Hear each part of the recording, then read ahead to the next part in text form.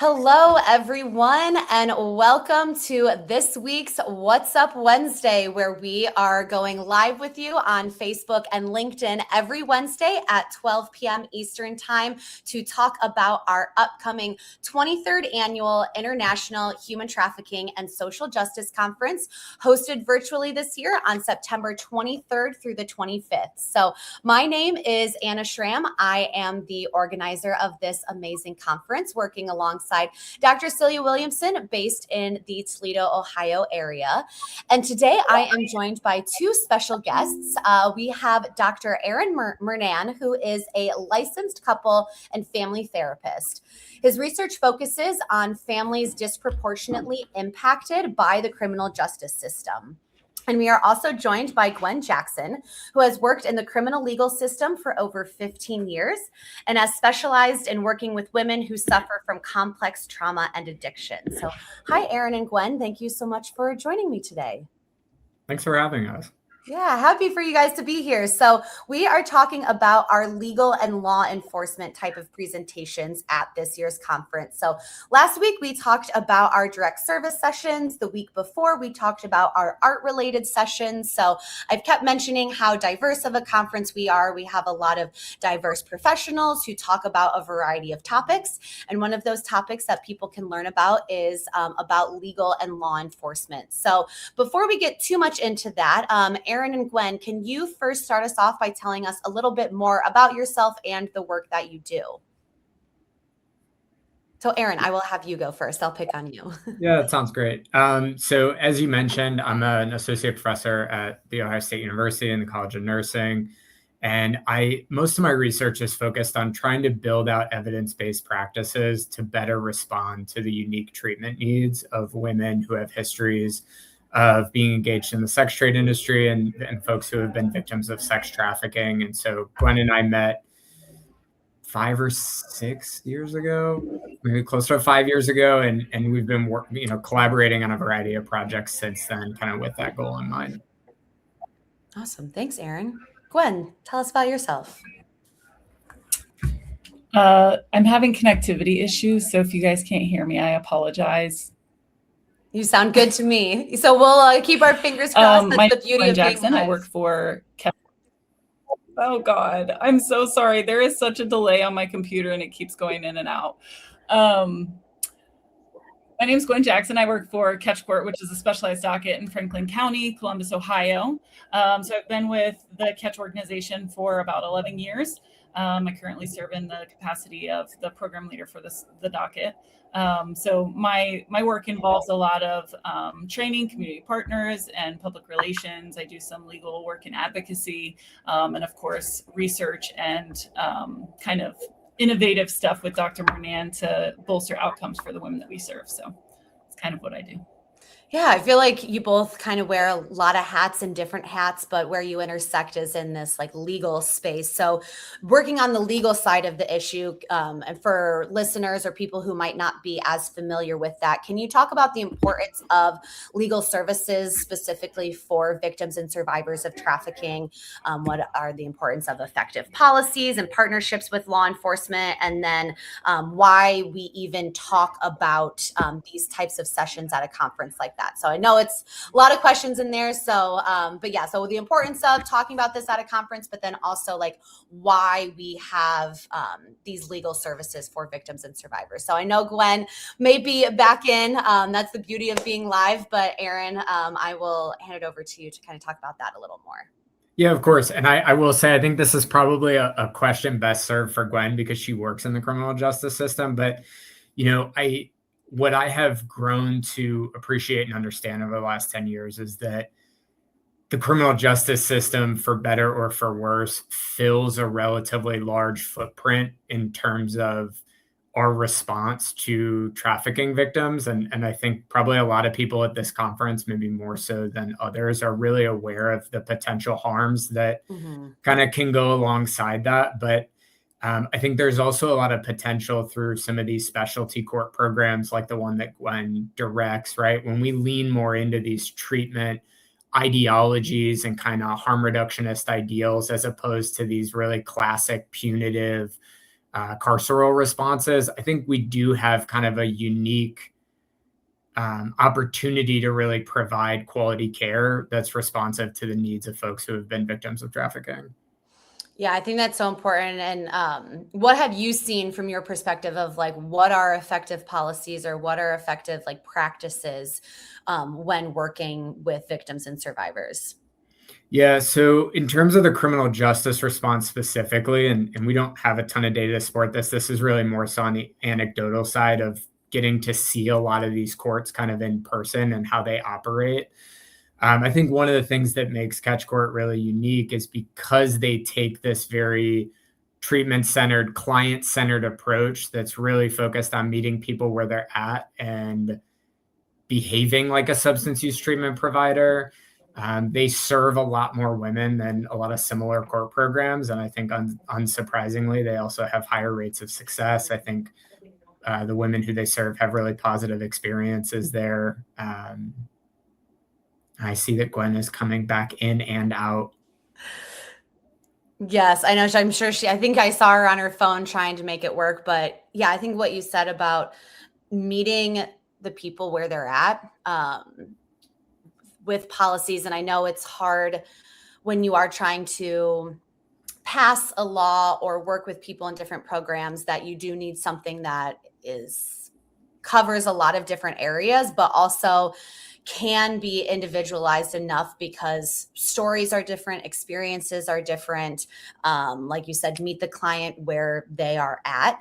And so sometimes I think policies and even working with law enforcement or legal providers can hinder that, but also help that if they're aware of that. So I do also love the collaborations and connections between the legal and law enforcement side of things with like direct service, marriage and family therapists like yourself or social workers. So if you could talk about, just as we're waiting for Gwen to come back in, how you've kind of seen those partnerships between like direct service and the legal side of things. Yeah, I mean, from my perspective, right, because I'm thinking about it from how do we build out better practices, less so how do we day to day go about managing these different things, is I do think that there's a lot of room in these types of criminal justice responses, but specifically these specialty courts, to try and look at a little bit more, not just, how do we take what we use in a broader context for people with all sorts of substance use and mental health needs, and how do we really tailor this down to specifically meet the needs of victims of sex trafficking, for example, with kind of the work that Gwen and her organization are leading. And you've mentioned the term specialty courts a couple times. So for people who might not be like familiar with that term or what that actually means, can you talk about like what a specialty court is and what it does? Yeah, so a specialty court at a high level is, they are trying to identify folks within a specific population who are in the justice system for one way or another. So with Catch Court, they are specifically looking for women who might be victims of sex trafficking. They, I think, over time have expanded their criteria to really focus on anyone who's in the criminal justice system who may be engaged in the sex trade industry, because, we know that a lot of people may not self-identify themselves. And so trying to cast a wider net to be able to provide high quality care to as many people as can be reached. And then the way that the specialty court works is folks are able to opt into substance use treatment programming, mental health treatment programming as an alternative to kind of following the natural progression in the justice system, potentially being incarcerated. If they elect to participate in the program, as I mentioned, they participate in trauma-informed substance use and mental health care over the course of, some of the programs are a year, some of them are 2 years. And once they meet the kind of the requirements for completing the program, then their records are expunged, and kind of on the back end, there's a lot of like wraparound services that are being provided in terms of sustainable housing, employment skills, employment opportunities, things like that. Yeah, I love the idea of those types of courts and those types of services because I think it is, yeah, like wrap around really from all angles. I think I first heard about them maybe like 10 or so years ago, like first getting into this work and hearing about the success stories and everything that it really entails. So I love that work. I think it's so important, these types of courts. So thank you for explaining that a little more. So I believe this is, we were talking a little bit before this. You said that you had attended the conference back when it was in person in 2015, but now you are back. So I'd love to hear about if there was anything that brought you back, what you enjoyed about this conference, why you're specifically decided to present at this year's conference. So yeah, anything about that? Yeah. So thinking back to 2015, at the time, I was working as a substance use treatment provider. I was providing in-home therapy and case management, and I was managing a large housing first trial for another PI. And in the work that I was doing there and other spaces, I continued to work with women who were likely experiencing trafficking, were engaged in the sex trade industry, and really observed all the unique challenges that poses for walking the path of being in recovery and navigating treatment. And I really felt impassioned to find better strategies to kind of meet their needs. And so I was also a graduate student at the time, and I learned about the conference. I went. I enjoy, just learning about all the incredible work that people were doing then, I think really helped motivate me to pivot a little bit more into the research side as opposed to staying kind of firmly in the clinical side. And then now, we're at a point where we have been kind of working on the project that we're presenting now, where we've co-designed an intervention with a group of women with lived experience and treatment providers like Gwen, and we're getting ready to kind of pilot test that. And so it felt like a great opportunity to come back, share a little bit about what we've been working on, and also just kind of connect and network with other people who are similarly passionate about what we care about. Yeah, that's amazing. Well, I'm glad that you came back and are sharing that. So as I mentioned, you will be presenting at this year's conference along with Gwen. You have a couple other co-presenters, LaRose Daniels, Jess Dune, and Susan Thompson. So your session is titled Family Dynamics and Involvement in Sex Trafficking Specialty Courts, Insights for Adapting Family Interventions. So I know that's going to be a great session with a lot of information, but if you could give our listeners just a little taste or a sneak peek of what you're going to be talking about in your session. Yeah, of course. So, as I mentioned, kind of doing the in-home provision of therapy for a long time and being stuck with those questions of why the folks I was working with were, not getting the same benefits out of treatment. About 8 or 9 years ago, I started interviewing women who had experienced sex trafficking or had been engaged in the sex trade industry, and just really wanted to understand their experiences in treatment, right? What helped them be successful? What got in their way? What could have been better? What did they want more support with? And one of the primary things that kept coming back was this idea of support with family relationships, help with repairing relationships with family members who were supportive of their recovery and who were safe kind of entities that were in their lives, but maybe there was some distance that was created there, and just some additional treatment specific support in terms of reintegrating into families and creating family environments that were supportive of their recovery away from the safe confines of treatment. And so we did some other preliminary studies to look at the benefits of family-based programming in that space and saw a lot of benefits. I'm going to talk about that in the presentation. But so all of this has kind of led to this idea of we might be able to promote women's success better and set them up for more success in specialty courts like Catch if we could find a responsible way to identify supportive family members and engage them into their treatment in ways that they feel like are beneficial. And so to do that, we've kind of taken this two-tiered approach where we conducted a bunch of interviews with women who are engaged in Catch Court. We asked each of them to identify a family member who was truly supportive of their recovery and what they were trying to accomplish. And then we sat down and we interviewed those family members separately to kind of get their insights. And we, all of those interviews were really focused on, one, at a baseline, understanding the family relationships between these women and these supportive family members, right? I think in the field, we have a lot of information about familial trafficking and families of origin being characterized by violence and abuse, substance use, normalizing engagement in the sex trade and sexual violence. But these family members kind of had unique relationships that were different, even though they were often embedded in similar environments and kind of grew up alongside women in those shared environments. And so we also talked to them about, what would they want to accomplish in a family-based program? What kind of, knowledge would they need to engage successfully? What kind of barriers did they anticipate that, other families like them might encounter? And then how do we go about implementing this type of approach, right? How do we identify family members who are truly supportive and avoid engaging bad actors? And then how do we, successfully bring them into the fold in a way that's reasonable? And so that's kind of the first phase. And then we've been using that information to adapt an evidence-based family intervention that we are now getting ready to pilot test in Catch Court. And throughout both of those aims, we've been calling them a co-design team. I feel like people may be more familiar with like an advisory board.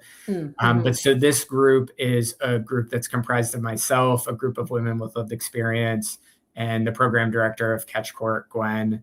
And we meet every month. We've been doing that for 3 years. And over the course of the study, that team has really informed, I would say, almost every aspect of our study design, right? So how do we approach people? What surveys are we asking people to fill out? Do they understand those surveys? What type of interview questions should we be asking to really understand the topics we need to understand to build this program out? And everything from there all the way to writing manuscripts and doing presentations and making determinations about what our next projects, our steps are kind of above and beyond this. And so I'm happy to answer follow-up questions, but I think that's probably a good summary of kind of what we're doing and what we're going to talk about. Yeah, that sounds super interesting. I love that approach. And I love the emphasis on having survivor involvement in every step of the process and program design. I feel like some people or programs, have a survivor, run it past a survivor just to check it off the list to say a survivor informed, but really have them integrated into like consistent meetings, asking them every step of the way. And I like that approach that you are all doing. And I would love to ask you follow-up questions, but I don't want to give too much away of what you're going to be talking about, because sounds like there's a lot there. And I want people to attend your session and learn more about what you are doing. And I think also take away lessons learned and how to implement something like this in their area. Because I think it could be very beneficial for multiple communities, especially from like the results that you found. So if you're interested in hearing more from Aaron and the rest of his team, make sure that you are registered for our conference. The website is on the bottom of our screen. That's traffickingconference.com/register. So I do want to highlight just a couple of the other legal and law enforcement topics that people could hear at our conference. As I keep saying, we are a very diverse conference. We have over 110 breakout sessions at this year's conference. So there is something different for everybody, whether you want to focus on a different aspect. So there's a lot of things that you can attend. Also, remember, if you are registered for the conference, you have the ability to watch recordings of these sessions on demand for up to 3 weeks. So you can still take advantage of the content, even if you aren't able to see it live. So a couple of the sessions that I want to mention are, first, we have Carolina Villacampa, Mark Sala, and Claudia Torres presenting on gaps in effectiveness of the criminal justice system in addressing human trafficking. Then Ashley Glass will be talking about From Interrogation to Identification, Bridging the Gap in Intimate Partner an Intimate Partner Trafficking Response. Next, we have Carly Ritchie Zavaleta, Valerie Gwen, and Kate Burba, who will be presenting on the intersections of trafficking and the criminal justice system. understanding experiences, challenges, and policies that protect from criminalization through the lens of the human trafficking framework. And then we have Paul Young, Sonia DeVries, Kiana Harris, and Angela Robinson presenting on municipal ordinances as a pathway to support human trafficking prosecution. So those are just a few. There's going to be others that are talking about legal aspects and law enforcement. I think what I've heard from this is a lot of analyzing gaps or figuring out how partnerships can be made. I think that's what a lot of Aaron and his team are doing too in these specialty courts. So if you want to check out also our full schedule, which is up on our website, that's our same website, traffickingconference.com/schedule. We have all of our sessions up there, so you can look and read the description, read the presenter bios, and then you can start selecting and choosing which sessions that you want to attend at the conference. So, Aaron, I know that we lost Gwen as she was struggling through tech and Wi-Fi issues, which is just the name of the game. That's how it is. But is there anything else that you would like to add before we wrap up today, or anything specifically on what Gwen does with the specialty court program? No, I think this has been good. I just wanted to say thank you for having us. And also, I'm really excited to hear the other presenters and just kind of engage and have conversations with folks as part of the conference. So thanks. Yeah, thank you. So I appreciate you coming on today, telling us a little bit about your session. I think that's going to be really interesting to hear more about. So for everybody listening, thank you. As mentioned, we are going live on Facebook and LinkedIn every Wednesday at 12 p.m. Eastern time throughout the summer to talk about the topics that you can hear about at our upcoming conference. We are taking the week off next week, but we will be back here the following week with special guest Charles Hanmanu to talk about our international presentations at the conference. We have several different countries and topics who are represented at our international conference. So make sure you join us next week. If there's anything that you want to learn more about our conference, anything we talked about today, how to register, where to look at the schedule, what's coming up, go to our website, which is traffickingconference.com. So thank you again for being with us here today. We'll see you back here in 2 weeks, but I hope everybody has a great rest of their day. Thank you. Thank you, Aaron. Bye.